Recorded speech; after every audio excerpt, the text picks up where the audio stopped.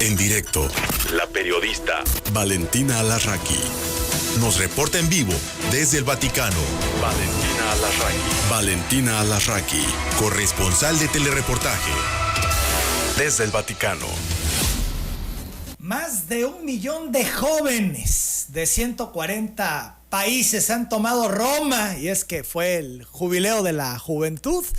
Valentina Alarraqui, siempre es un gusto saludarte. Cuéntanos detalles, hay muchísima información al respecto. Muy buenos días, Emanuel, a ti y a tu auditorio. Pues vivimos una semana fantástica porque este jubileo de los jóvenes, que es pues lo más importante prácticamente de todo el Año Santo, es considerado el evento del jubileo y además el más multitudinario, justamente porque sí hubo 1 millón de personas de jóvenes que invadieron la ciudad. Las plazas, por todas partes había jóvenes con sus banderas, con sus cantos, música, bailando. La verdad, muy, muy bonito el ambiente. Fue una semana larga porque al principio llegaron estos jóvenes, pero también llegaron los llamados influencers católicos, los misioneros digitales, así se les llama. Ese jubileo coincidió con el de los jóvenes y estuvieron aquí en Roma porque, claro, la iglesia está muy consciente, y cada día lo está más, de que tiene que estar donde está la gente, donde están los jóvenes. Y por eso estos misioneros, lo que ellos hacen es poner en las redes valores del evangelio, valores católicos, y tratan de escuchar, entender sobre todo cómo piensan los jóvenes, qué es lo que quieren, sus inquietudes, y ponen material en las redes afín obviamente a los valores católicos. Así empezó la semana. Y luego fueron llegando estos jóvenes, tuvieron muchísimas actividades, porque había también por grupos lingüísticos. Los italianos eran los más numerosos, cerca de 80,000, los españoles casi 30,000. Hubo de hecho una reunión de ellos organizada por la Iglesia Española en la Plaza de San Pedro, y fue impresionante porque todos llevaban una camiseta verde y se vio la Plaza de San Pedro completamente verde, muy bonito. Y bueno, pero los eventos, digamos, principales eran el sábado y el domingo. El viernes también fue muy bonito porque en el llamado Circo Máximo pusieron 200 confesionarios, y los jóvenes se estuvieron confesando durante todo el día. Habían puesto sacerdotes que saben hablar en diferentes idiomas, y también fue un evento muy lindo. Pero bueno, lo más importante era el sábado en la noche, la vigilia de oración con el Papa León, y el domingo la misa que concluye, digamos, el jubileo de los jóvenes. Entonces, el sábado en la noche el Papa llegó en helicóptero, también lo hizo así el domingo, dio toda una vuelta con el Papa móvil, y obviamente pues fue muy, muy entusiasmante porque era el primer verdadero encuentro entre el nuevo Papa y los jóvenes. No habíamos visto al Papa ante una multitud semejante. Y bueno, hubo 3 preguntas, digamos, la vigilia son 3 preguntas de jóvenes y el Papa contesta. La primera pregunta fue en español y la hizo una chica mexicana, una estudiante mexicana, se llama Dulce María. Le avisaron 3 días antes de que ella iba a hacer la pregunta, y era sobre la verdadera amistad, de qué manera pues se puede encontrar la amistad verdadera, sobre todo en un mundo digital con relaciones virtuales muy efímeras, superficiales, etc.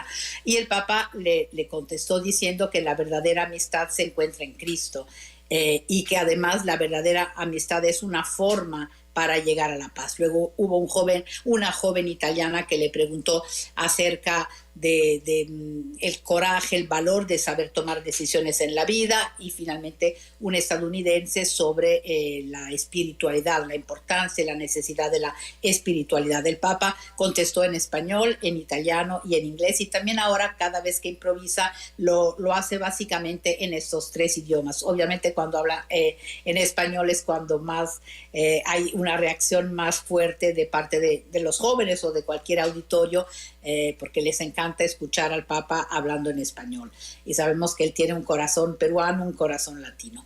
Entonces esa fue la vigilia de oración, pero lo más impresionante, Emanuel, fue cuando el Papa se arrodilló frente al Santísimo y estuvo larguísimos minutos en un absoluto silencio, y 1 millón de jóvenes estuvo en silencio. Si tú me preguntaras con qué me quedo de toda esta semana, me quedo con ese silencio, porque es es impresionante en el mundo de hoy ver 1 millón de jóvenes que todo el día entre griteríos y los celulares y en fin su forma de ser, que sepan estar en silencio durante tanto tiempo y arrodillados muchísimos de ellos rezando. La verdad fue muy impactante. Y también eso habla de la forma de comunicar del Papa León, porque cada papa tiene una forma diferente, un lenguaje diferente, le da prioridad a alguna cosa diferente con respecto a los predecesores.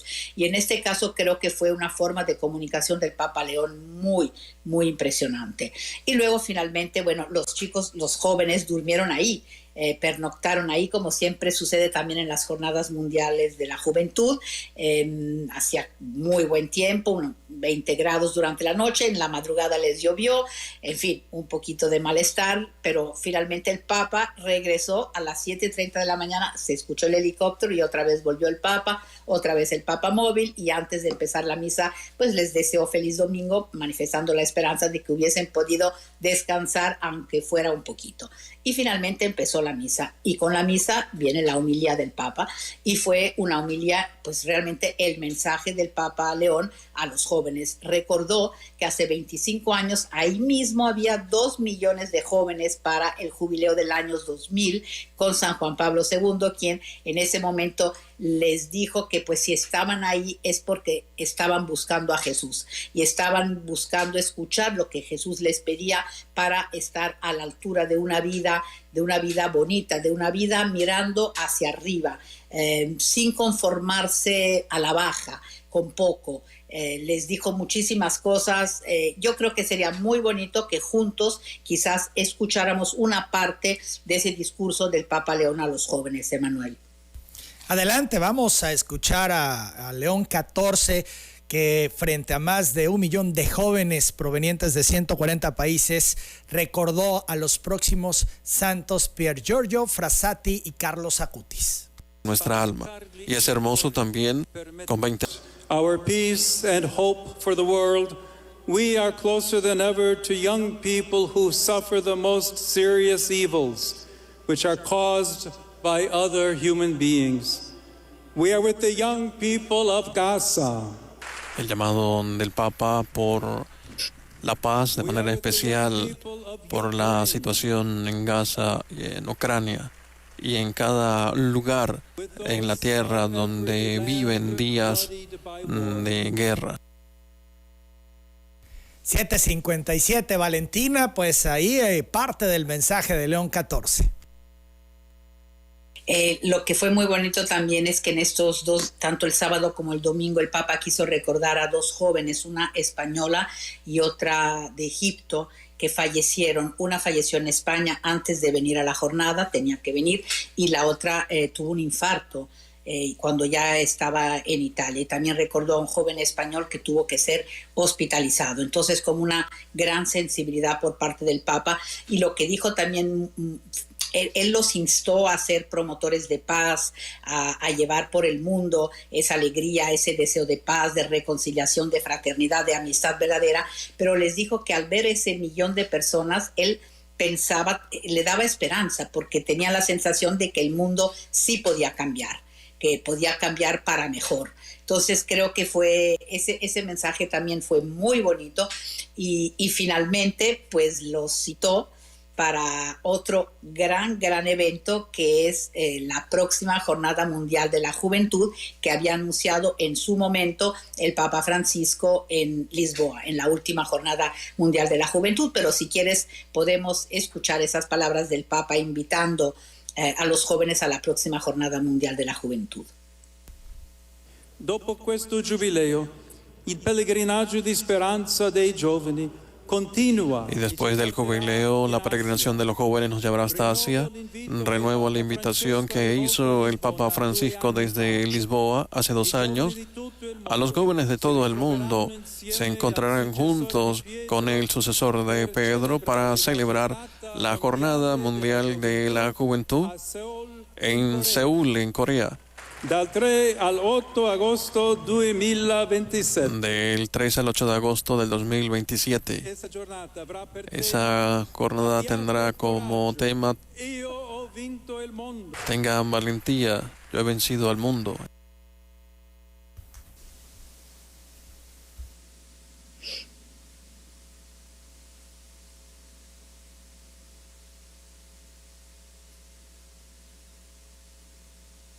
Sí, Valentina, seguimos escuchándote. Pues así, digamos, ya sabemos que uno de los viajes que hará el Papa León XIV será justamente dentro de 2 años, si Dios quiere, a Seúl, Corea.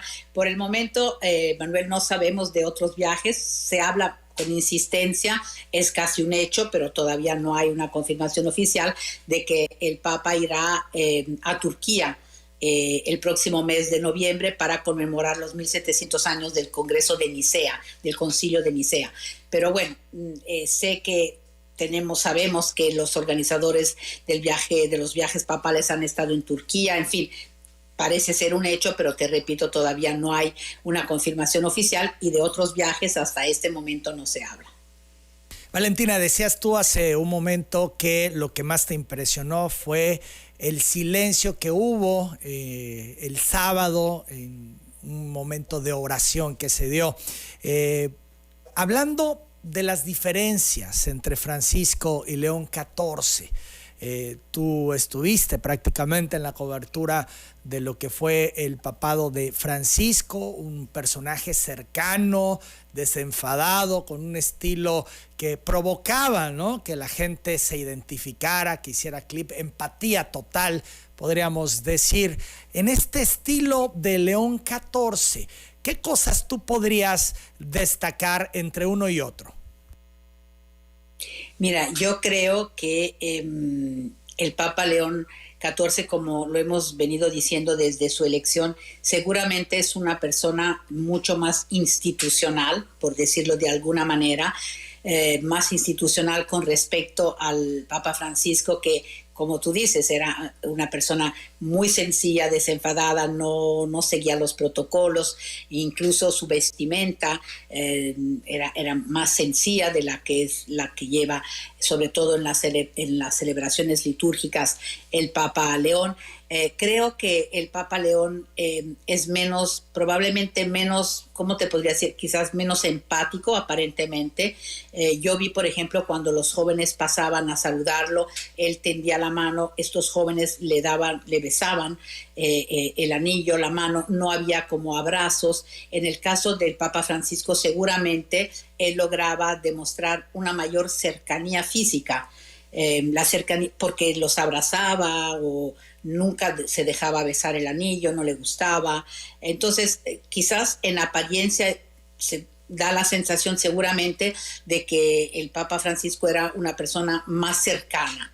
Yo diría más cercana físicamente, seguramente sí, pero yo creo que la cercanía o la empatía también se puede marcar de diferentes maneras. Y si tú logras establecer una buena comunicación, aunque sea a través del silencio y no de un abrazo, se vale. Es decir, yo creo que el joven necesita del abrazo y necesita también de sentir el peso de la institución y ese silencio de un papa que se arrodilla y que reza frente al Santísimo. Son aspectos diferentes, comunicaciones diferentes, pero yo creo que los jóvenes también quedaron impactados. Ahora, es evidente que el Papa León, yo tengo la sensación, Emanuel, que todavía no se ha soltado, permíteme esta palabra.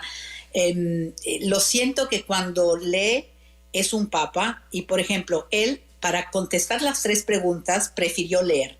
Seguramente se siente más seguro apegado a un texto escrito, pero se da mucho más de sí cuando improvisa. Los mejores momentos desde que ha sido elegido hasta ahora, yo te diría que son los momentos en los que él ha improvisado. Y eso se vio también el sábado y el domingo. Y cuando habla en italiano, en español, en inglés, pero sin texto, es mucho más cercano, es mucho más empático. Esa espontaneidad le añade, digamos, no le quita. Pero siento que todavía probablemente se siente más seguro, no sé, leyendo un texto más apegado al protocolo, a la institución.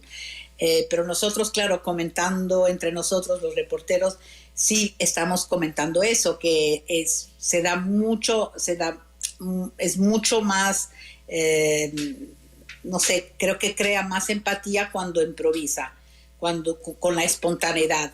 Pero bueno, yo creo que cada papa tiene que, es muy pronto todavía, probablemente cada papa tiene que encontrar poco a poco su forma de ser papa, porque finalmente ellos también aprenden a ser papa, ¿no? Se acaba de estrenar y probablemente este encuentro con los jóvenes también le habrá marcado, porque hay unas fotografías, por ejemplo, de él desde el helicóptero observando esta multitud de 1 millón de jóvenes.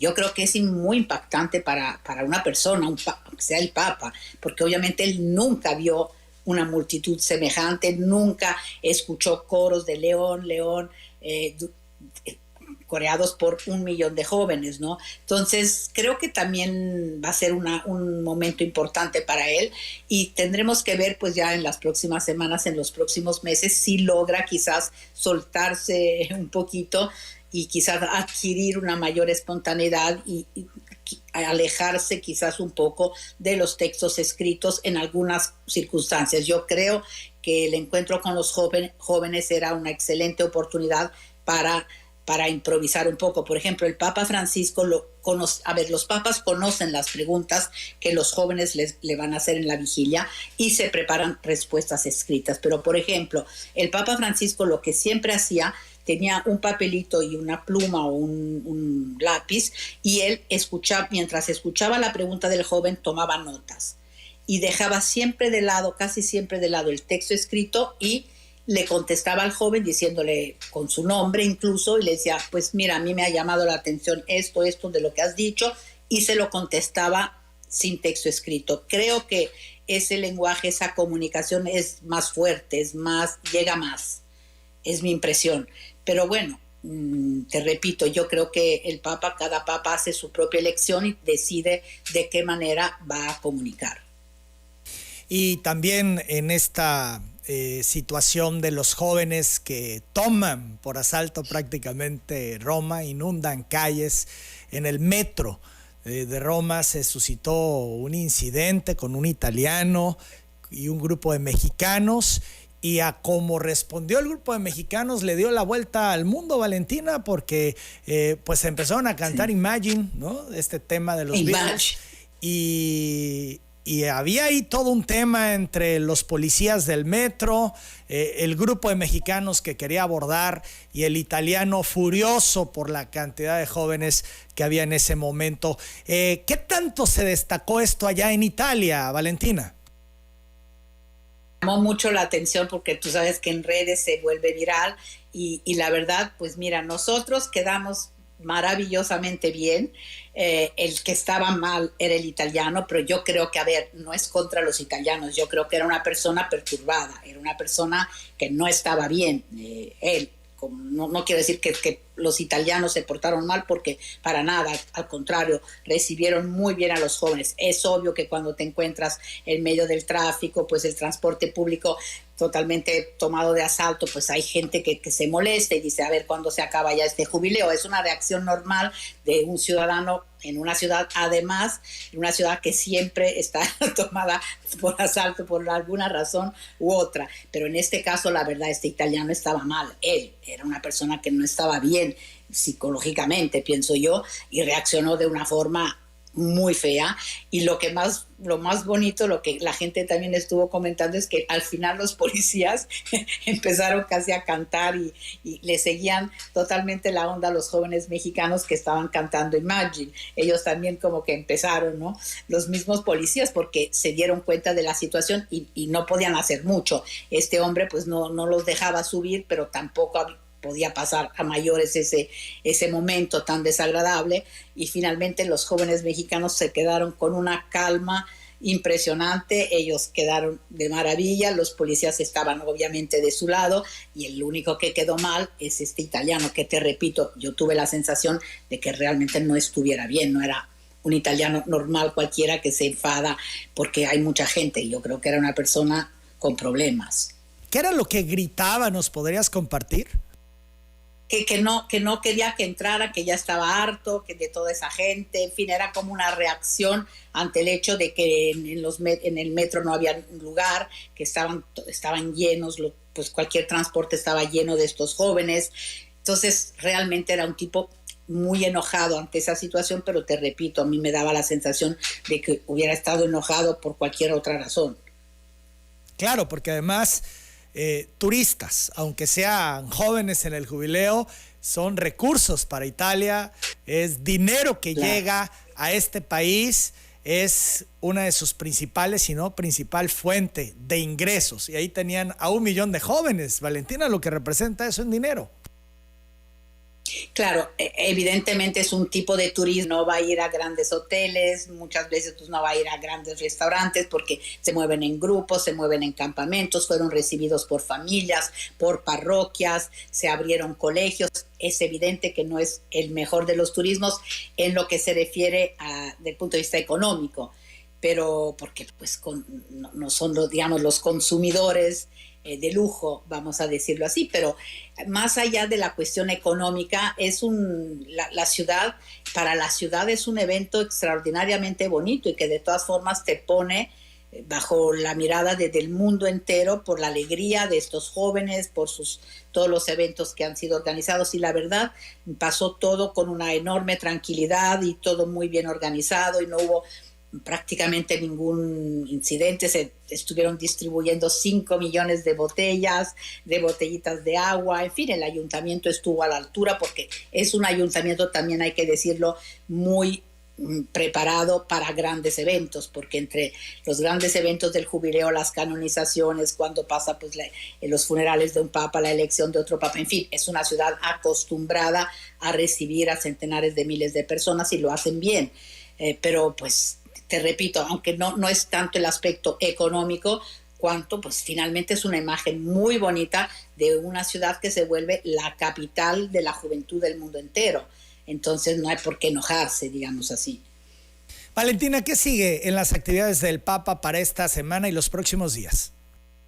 Bueno, el miércoles se han reanudado ya la semana pasada las audiencias generales y siguen los jubileos, ahora con un poco de calma porque será hasta septiembre cuando haya las grandes canonizaciones de Frassati y del joven de Carlos Acutis, que será en septiembre, y el Papa tiene planeado volver unos días a Castel Gandolfo a la mitad de agosto. Tenía pensado irse del 15 al 17 porque es lo que aquí se llama el Ferragosto, la fiesta de la Asunción, y va a celebrar la misa ahí, el Ángelus también desde Castel Gandolfo, pero están comentando, no lo tengo, digamos, no está todavía confirmado, pero habría la posibilidad de que el Papa se vaya un poco antes y quizás se quede unos días más en Castel Gandolfo, porque las primeras 2 semanas fue como una probadita. Él tomó solo 2 semanas de vacaciones, que aparte no fueron totalmente de vacaciones, porque siguió recibiendo a gente, incluso a Zelensky, celebró una misa para la salvaguardia de la creación, otras 2 misas, una en la parroquia de Castel Gandolfo, otra en el pueblo cercano. Entonces no fueron verdaderas vacaciones, aunque obviamente sí logró descansar en esos jardines maravillosos. Entonces lo que se dice es que sí le gustó Castel Gandolfo y que probablemente en agosto se tomará unos días más con respecto a los 3 que había programado. Pero bueno, eso habrá que esperar un poquito la confirmación del Vaticano. Valentina, como siempre, completo y profesional tu reporte. Te agradezco mucho. Igualmente, muchísimas gracias a ti. Valentina Alasraqui. Valentina Alasraqui, corresponsal de Telereportaje, reportó desde el Vaticano.